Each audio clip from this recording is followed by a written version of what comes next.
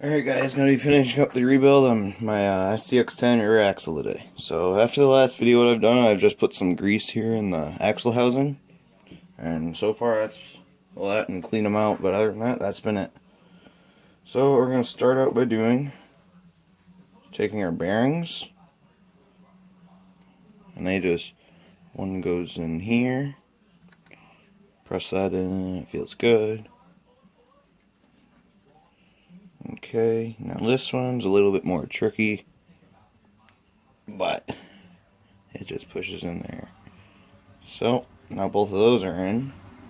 Next thing we're going to do is we're going to take our gear, make sure that, no junk or anything's in the teeth, which on mine, they look good. So we're not going to worry about cleaning those out. If you do, sometimes I'll just take just some kind of little, like maybe flathead screwdriver or just something like that to get in there and get whatever's in there out. But then you're just going to drop this in there, make sure it spins nice. So there's that. Now, your other gear here, make sure there's going to be 4 screws on the back here. Make sure all those are in good, which mine are. So, make sure the bearings are good.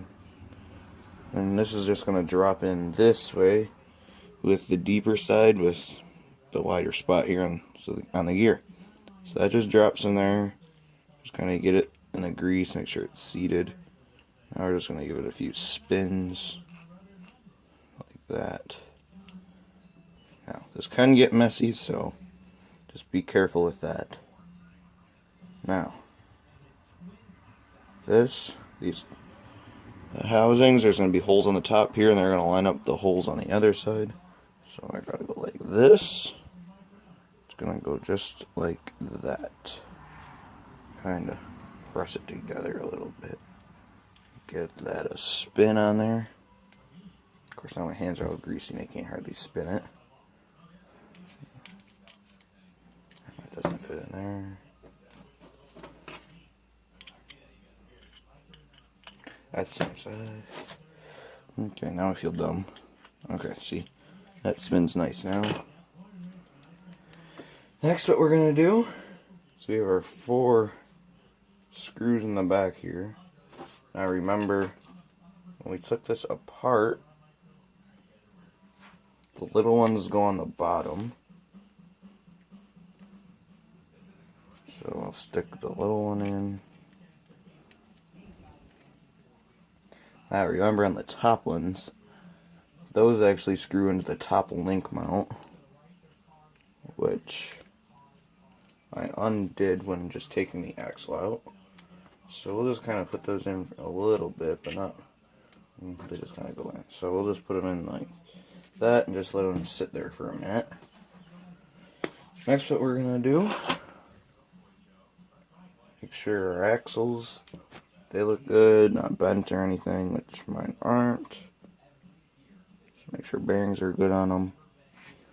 Now these are both the same size, it's centered in there, so you're just going to put it in, spin a little bit, it'll go in all the way, there it went. Now you're going to take a lockout, slide that over, like that. Make sure it's on all the way there.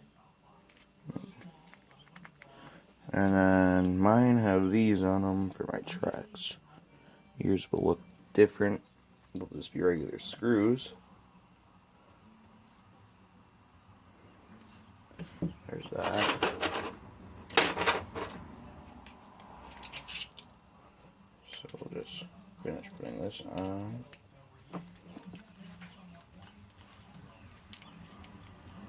Actually, I shouldn't have put that one on there because I need to take that off to put the shock back on. But that's okay. What am I doing here? Anyway, I'll be right back with you. Just do the same exact thing on the other side. Slide the drive shaft in, put the lockout, screw it on. So I'll be right back with that done. Alright guys, now it's just as simple as once you have your axle all back together, and it's spinning nice, no binding or anything, you can just throw it back in the truck. So Remember, I just took my top link mount off with the Axial. So we're going to start by putting that like that, and then just screwing it on. Just like that.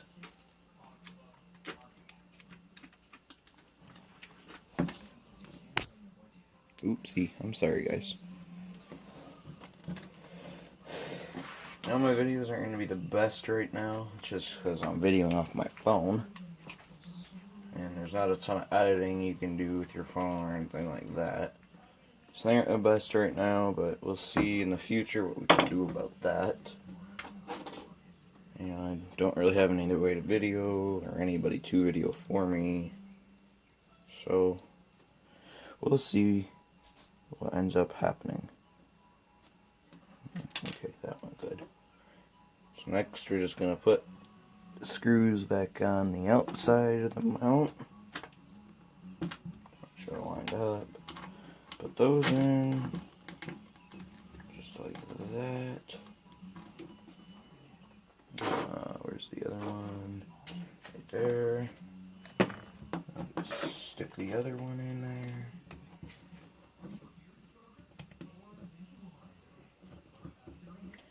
Yeah, these are going to be longer video, guys, but just, you know, some people are just beginning and don't really know where to start. So, I know what it was like for me, and not being able to find videos I went all the way through how to do this kind of stuff was kind of frustrating sometimes, so decided to do this and hopefully make a couple people's life easier.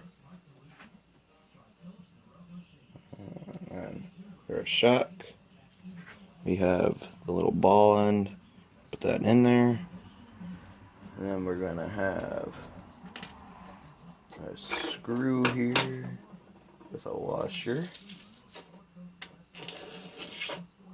Okay, now I can't pick that up. So then we have our screw with the washer. That's going to go through this way, like that. And then I just have these little spacers.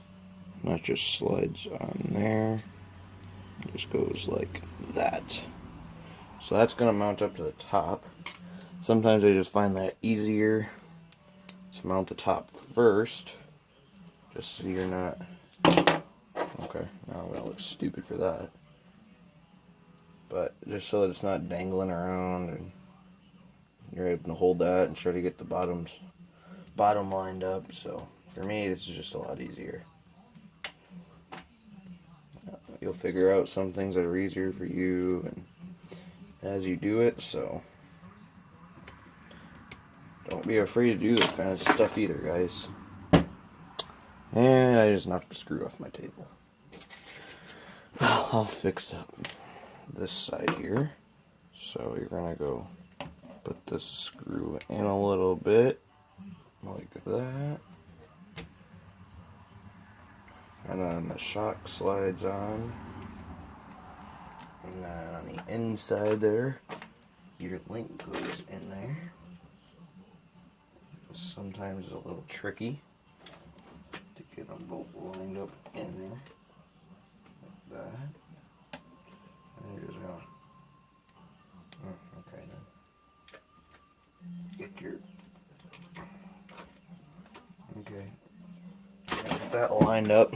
Anyway, I'll get that off a camera here real quick and find the screw I dropped, and I'll be right back with you. Alright guys, found the screw I dropped and got this all lined up here. So next you're just going to put the nut on the back of the screw after you get it through there. Okay. Oh man. Now I'm looking really stupid on camera, guys.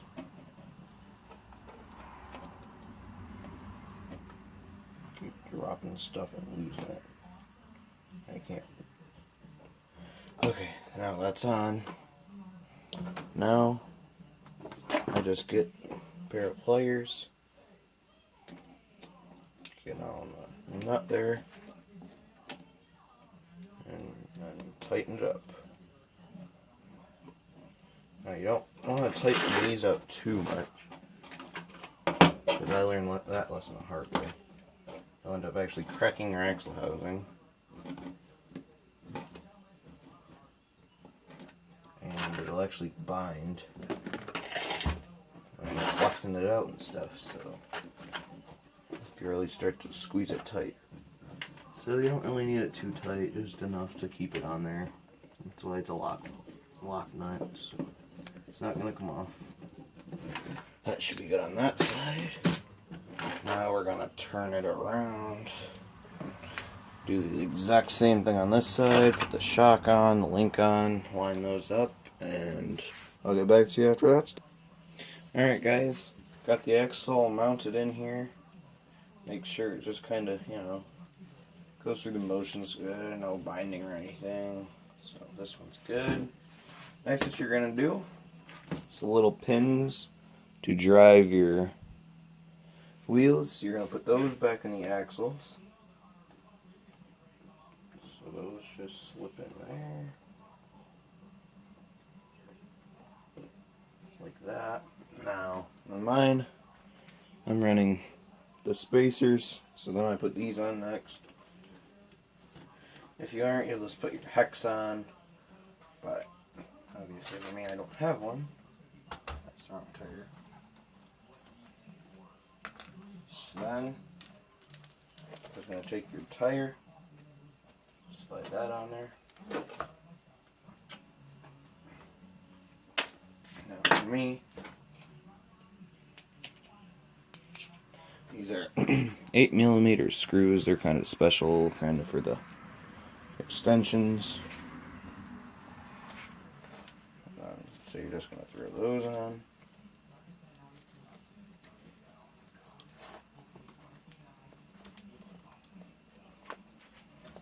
Alrighty. And you're going to go to this side. Put this pin back in on this side.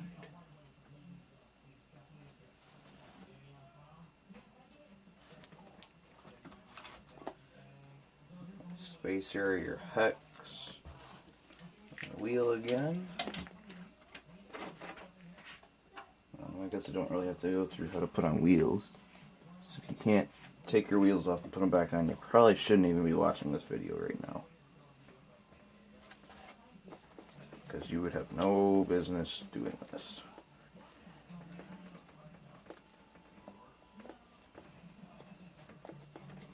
So now after this, gonna slap your drive shaft in. That's simple enough. Put your drive shaft in and you guys are ready to go. So there's the rebuild on the rear axle on the scx10. So now, hopefully here pretty soon you guys will be getting some running videos with this thing. So, we'll see what happens. See you next time.